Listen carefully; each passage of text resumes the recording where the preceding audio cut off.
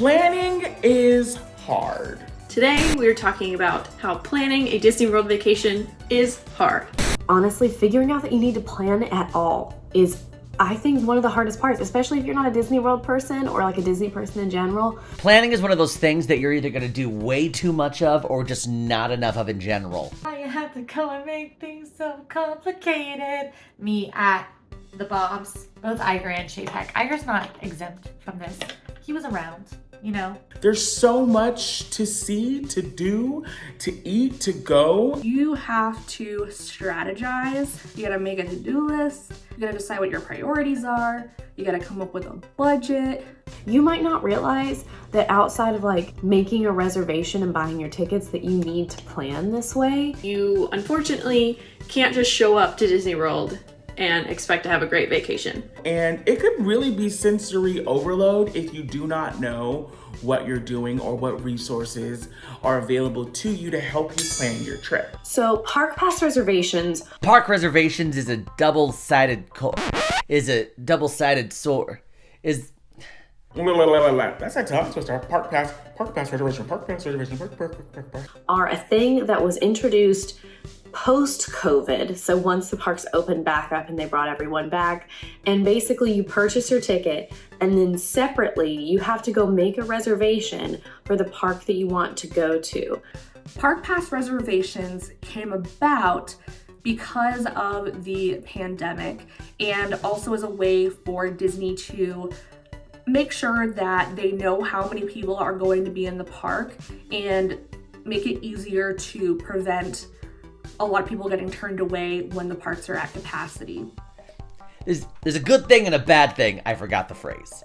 I don't think they're necessarily a good thing or a bad thing. I think they're just there. They just exist. I don't think it's that big of a hassle to make them. They're very easy to make. What is annoying about park pass reservations is wanting to just have the freedom to go into a theme park when you want to go. I live here and a spontaneous Disney trip is like really awesome. And so it sucks that if I wake up on a Saturday and Epcot is booked, I can't go to Festival of the Arts. I miss the old days where you could just on a whim say, oh, let's go to Epcot and let's go have dinner at Le Sun Anglaise Inn and just hang out and watch Harmonias. I unfortunately think it's here to stay for a while. Back when, I know we can't say his name, but he implied that the park pass reservation system would be here for a while. Obviously things have changed quite a bit since he was with us, but who knows what they have in the works. Well, you can't do that anymore. If you don't have a reservation or there's none available, child, you're gonna have dinner at Taco Bell, period. Then another thing that came about because of the pandemic was changes to park hopping. Now, depending on park capacity, after 2 p.m. in the afternoon, you should be able to park hop to whatever park that you want to. I don't know. I go back and forth because I know that they do it in order to limit crowd levels and minimize crowd levels and figure out how many people are where. But I think enough time has passed now that we shouldn't have any park hopping rules. Sometimes you just want to go to ride Seven Dwarfs Mine Train first thing in the morning and then you want to spend the rest of the day at Epcot. Like that kind of flexibility was a really big part of the Disney trips that I used to plan. You just don't have as much flexibility anymore. Like you are stuck at Animal Kingdom until 2, and if you rope drop Animal Kingdom and it's a slow day, you could be done well before 2. But you just kind of have to hang out, and sure, you can redo stuff, but sometimes if you're here for a really limited trip, it just takes away opportunities for you to do more and get more bang for your buck. I don't like the restrictions. I don't like the rules. I'm a rebel, okay? I mean, I follow the rules, but I'm a rebel at heart, okay? So I'm gonna show up 5 minutes before and try to get in, because I'm a rebel. A lot of the changes that Disney made during and post-pandemic are kind of trickling away, because like daily housekeeping is finally coming back. A lot of the character meet and greets are finally coming back. So hopefully the changes that we saw to the park hopping rules will change. I don't know if park pass reservations will change though. Oh, shameless plug. You ain't never had a friend like me. Money, please. Genie Plus, here we go. Genie Plus is Disney's new skip the line system. They introduced it back in 2021. There's 3 tiers. The first tier is just the Disney Genie. It is a free planning tool that Disney allows you to use. And it just is like a tip board. It suggests things for you to do, certain times to go ride things, when to mobile order your lunch, and it's all free. You can ignore it. I traditionally do. Second tier is in the middle. That is Disney Genie Plus. It costs anywhere from $15 to $29 per person per day. That gives you access to over 40 lightning lanes. It allows you to skip the line. It just costs that one-time fee. Then the third tier of Genie is the individual lightning lanes tier, and that is an additional fee per person per ride for the biggest rides in each of the parks. So in Magic Kingdom, it is Seven Dwarfs Mine Train. In Hollywood Studios, it is Rise of the Resistance.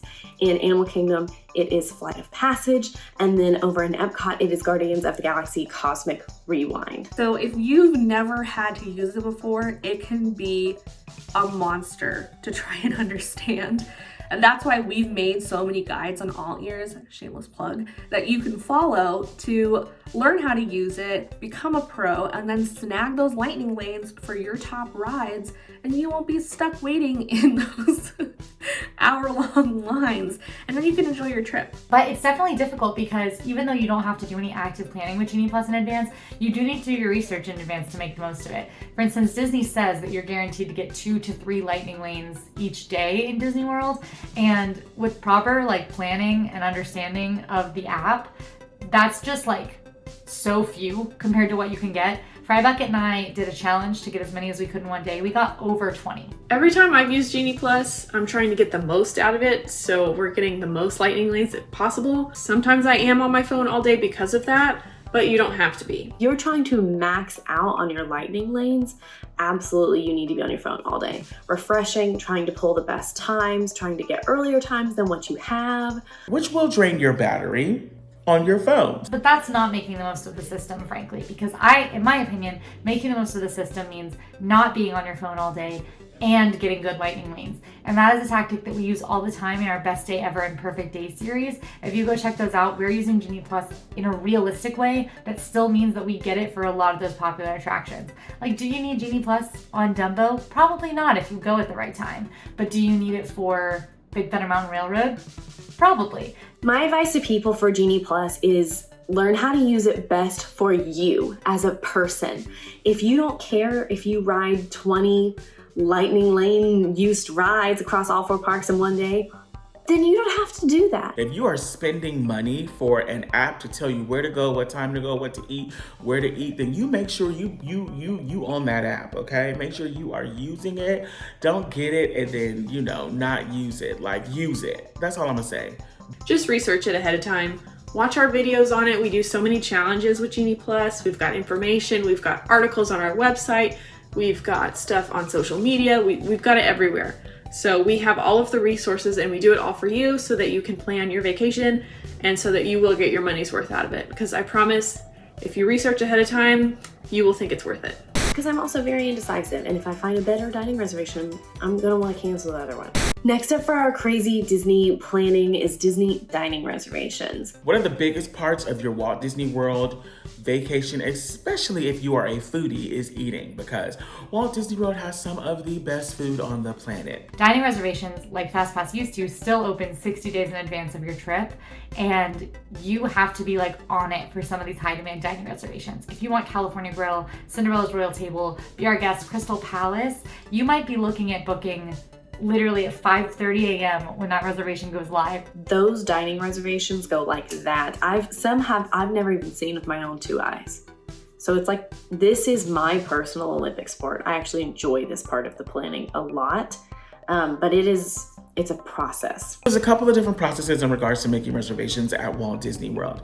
You can do it online on the app, or you can do it on your computer. Some of the most popular dining reservations, you've got Space 220 in Epcot, Be Our Guest in Magic Kingdom, Topolino's Terrace breakfast reservations in particular, but also dinner. pretty much anything at Animal Kingdom Lodge. Those are all super popular. And then I also know Cinderella's Royal Table over in Magic Kingdom.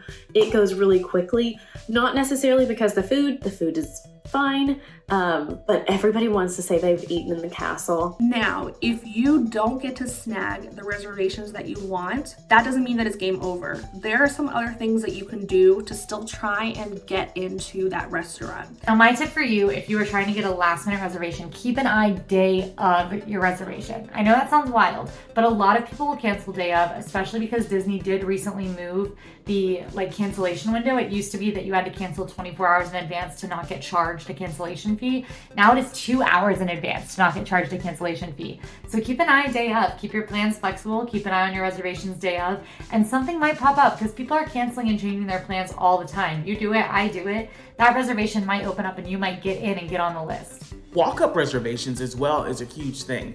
You know, when you get to the park or you get to the resort, go to the restaurant and see if they have any cancellations for that day. Like, physically go, ask, and see, because you might be in luck. You can also go to lounges. There are a lot of lounges around the parks that are kind of associated with different table service places usually. And that's also another way to get some of your favorite foods without having to have a reservation at that spot. So always keep mind open, be flexible, keep checking back on the app, keep checking back on the website, because you never know what might happen. It is very easy to get stressed out when you're planning your Disney World vacation. I do think it is overwhelming to plan a Disney World vacation. I think planning a Disney World vacation can be a tad overwhelming because it's like going to college. Hear me out. Especially if it's your first time or you have a lot of people who are kind of throwing their personal tips and tricks your way.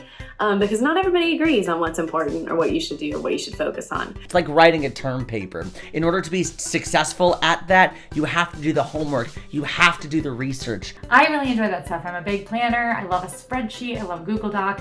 You maybe have somebody in your family who's like that too. In fact, if you're watching AllEars, it might be you. Take a good look in the mirror. Planning a Disney World vacation is so much more difficult than any other vacation. I would say that when it comes to planning, there's the getting there part of planning, which is getting your tickets, getting your accommodation, getting your method of transportation. Then from that point, I personally like to move on to dining reservations, priorities, things that matter to me, shows, characters, and just figuring out what I want to spend my time on, because Disney World has so much stuff. And of course, the continuing raises of prices doesn't help with that, because it seems like Disney just keeps getting more and more expensive, and it's making it harder for people to go. Have to start thinking of ways to cut costs on their Disney trip. Another layer of planning, which is incredibly difficult. Maybe you don't get to stay on property and that's what you're familiar with, and now you have to learn how to use a Good Neighbors shuttle service.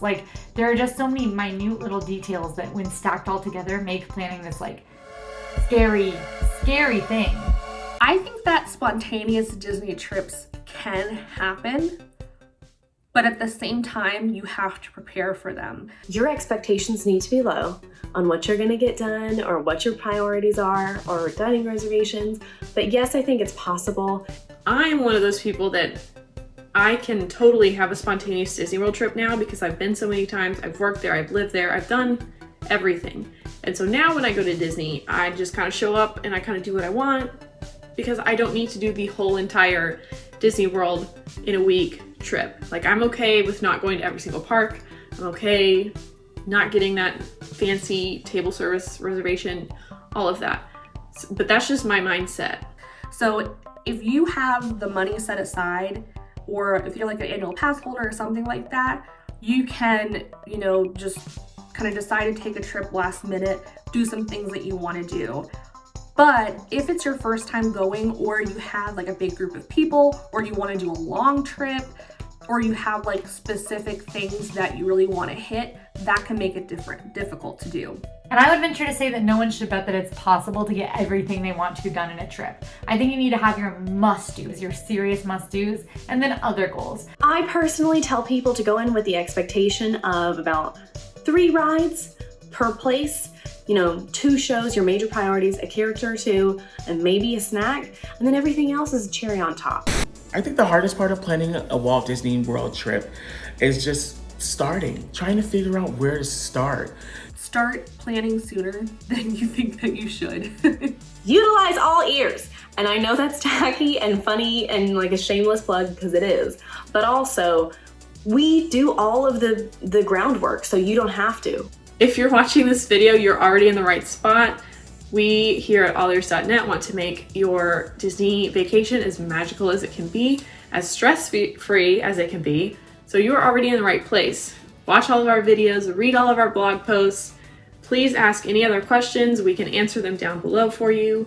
We are here to help you, and we are here to make it not as difficult for you. My name's not Bob, so I wasn't allowed in. There's like a secret tree house. There's a tree house. What a lot of people don't know is that the Disney executive suite is actually a tree house, and all of their most important meetings are in that tree house. That's the room where it happens. And on the door, there's a sign that says Bob's only. No girls allowed. It doesn't say no girls allowed, but it does say Bob's only. So you're no non-Bobs allowed. Now go watch our episode on why Genie Plus killed FastPass. Sorry for the weird camera angle. I'm sorry.